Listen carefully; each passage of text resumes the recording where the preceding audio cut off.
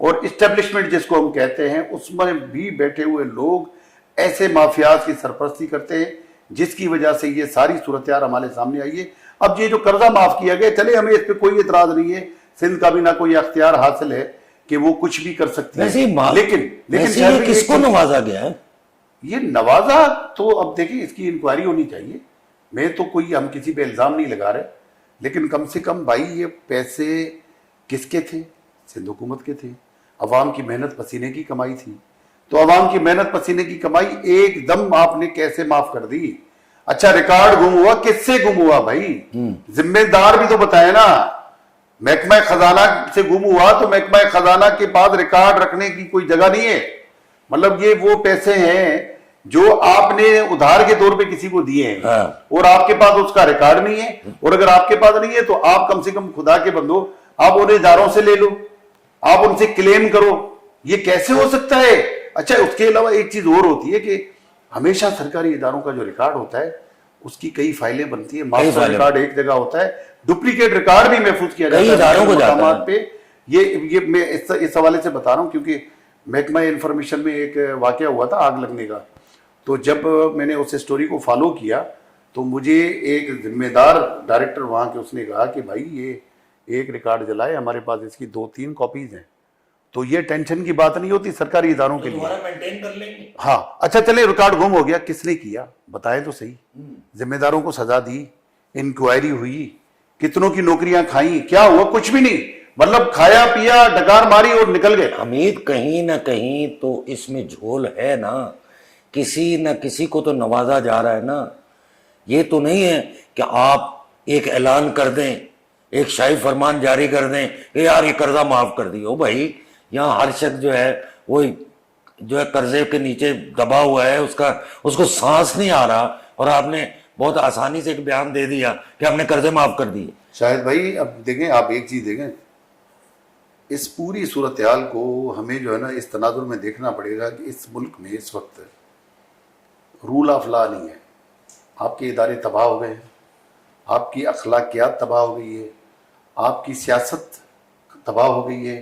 Controlled, میں تو ایک معذرت کے ساتھ ایک جملہ بولوں گا کہ کنٹرولڈ ڈیموکریسی ہے آپ کے پاس.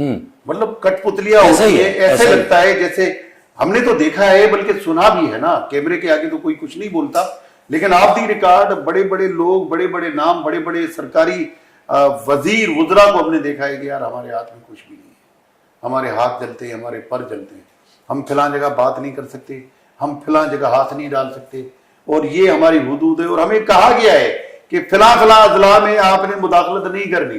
کیوں؟ کیونکہ وہ مافیات کے اضلاع ہیں. میں آپ کو اس وقت بدقسمتی سے بتاؤں, اگر سندھ کی صورتحال کا اس پر ہم الگ سے بھی ایک پروگرام کر سکتے ہیں کبھی انشاءاللہ. سندھ میں اس وقت ہر ڈسٹرکٹ میں الگ گورنمنٹ ہے. وجہ بھائی جان مافیاز. سندھ حکومت بدقسمتی سے 15 سال میں جو پیپلز پارٹی کا دور رہا ہے, اس میں بجائے عوام کی کوئی بڑی بھلی بہتری, اتنی زبردست پریزنٹیشن ہوگی, بڑے بڑے منصوبے بنا دیے, یہ کر دیا وہ کر دیا, لیکن گراؤنڈ ریئلٹیز جو ہے نا وہ بڑی بھیانک ہوتی ہے, بڑی بھیانک ہوتی ہے. میڈیا کیسے کرے گا؟ میڈیا آپ کا, جیسے میں نے کہا کہ کنٹرول ڈیموکریسی, تو اس وقت معذرت کے ساتھ ہمارے پاس کنٹرولڈ میڈیا ہے, وہ ہر طرح سے مینیج ہوتا ہے اور وہ چیزیں وہ نہیں دکھا پا رہا. بدقسمتی سے میں خود رپورٹر ہوں, آپ خود رپورٹنگ کرتے ہیں, ہم کئی اداروں میں, ایسے اداروں میں بھی ہم نے کام کیا جہاں پر ہم نے کوئی بڑی محنت سے ایک اسٹوری لگائی, وہ بڑا دل خوش ہوا کہ یار یہ واہ واہ ہو جائے گی جب اسٹوری میری مارکیٹ میں آئے گی. لیکن پتہ چلا کہ جب آپ وہ اسٹوری لے کے پہنچے تو وہ اسٹوری ٹھس ہو گئی, کیونکہ ادارے نے ایسی چیزیں ایسی اس میں سے وہ نکالی کہ وہ پھر آپ اس کو بولو کہ بھائی بڑی مہربانی مجھے یہ اسٹوری نہیں کرنی, اللہ حافظ. یہ تو شکر ہے کہ تھوڑا بہت سوشل میڈیا آ گیا, کچھ ایسے پلیٹ فارم یہاں پر موجود ہیں, لیکن اس پلیٹ فارم پر بھی جو کھلا بات کرتا ہے اس کی بھی کوئی سیکیورٹی, کوئی سیفٹی نہیں ہے. یہ بدقسمتی. ابھی کیا لگ رہا ہے, کوئی انکوائری شروع ہوئی ہے یا بس کوئی انکوائری نہیں ہونی, نہ کوئی انکوائری ہوگی نہ کچھ ہوگا. میں نے کہا کہ کھایا پیا ڈکار ماری اور نکل گئے. اب وہ والی کہانی ہے. نہ صرف یہ بلکہ بدقسمتی کے ساتھ جیسے میں نے کہا کہ مختلف اضلاع میں, اسی طرح مختلف محکموں میں الگ جو ہے وہ مافیاز ہیں. کیا اب سی ایم سے آپ کی بات ہوئی ہے اس سلسلے میں کوئی؟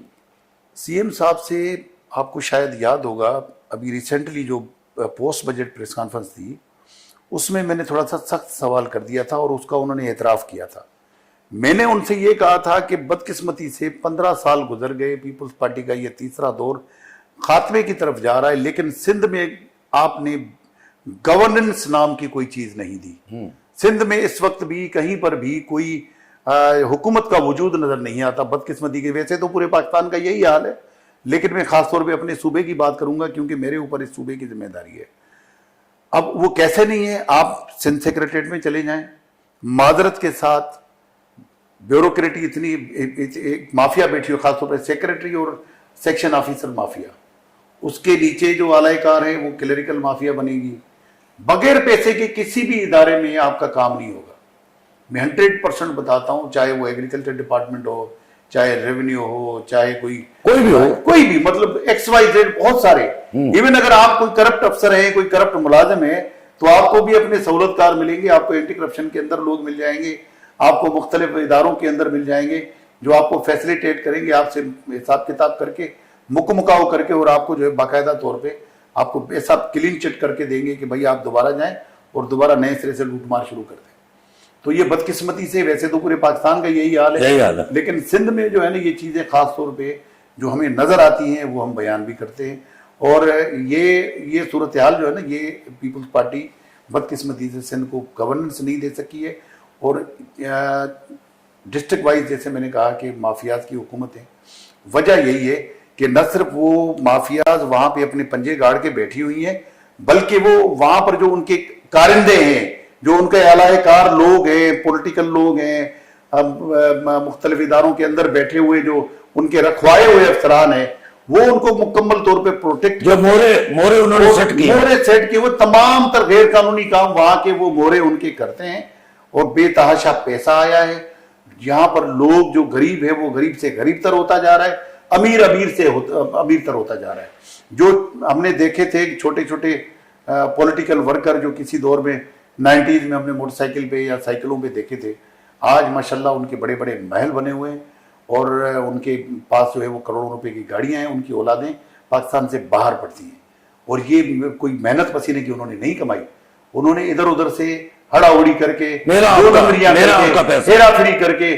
مطلب آپ دیکھیں سرکاری اداروں کا حال یہ ہے کہ آپ کے علاقے کا کاؤنسلر ناظم بھی آپ کا پولیٹیکل بندہ ہوگا تو ٹھیکیدار بھی وہ خود ہوگا, آپ کی نالیاں بھی وہ خود بنائے گا, آپ کے روڈ بھی وہ خود بنائے گا, بجلی محلے کے جو الیکٹریسٹی ہے اس کا ٹھیکہ بھی اس کے پاس ہوگا.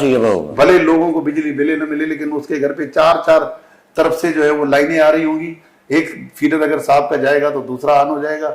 مطلب یہ عجیب و غریب ایک کیفیت ہے جہاں پر عام آدمی, باشعور آدمی, وہ بڑی مشکل سے اور بڑی اذیت والی زندگی یہاں پر گزار رہا ہے. اس ملک میں جو ہے نا اسی وجہ سے لوگ اپنے آپ کو سیکیور محسوس نہیں کر رہے. حمید بہت بہت شکریہ. کنٹرول میڈیا, کنٹرول ڈیموکریسی اور کنٹرول کابینہ, انجام یہی ہونا ہوتا ہے. ملتے ہیں مزید ولاگ کے ساتھ, دیکھتے رہے ایسے نیوز. اللہ نگہبان.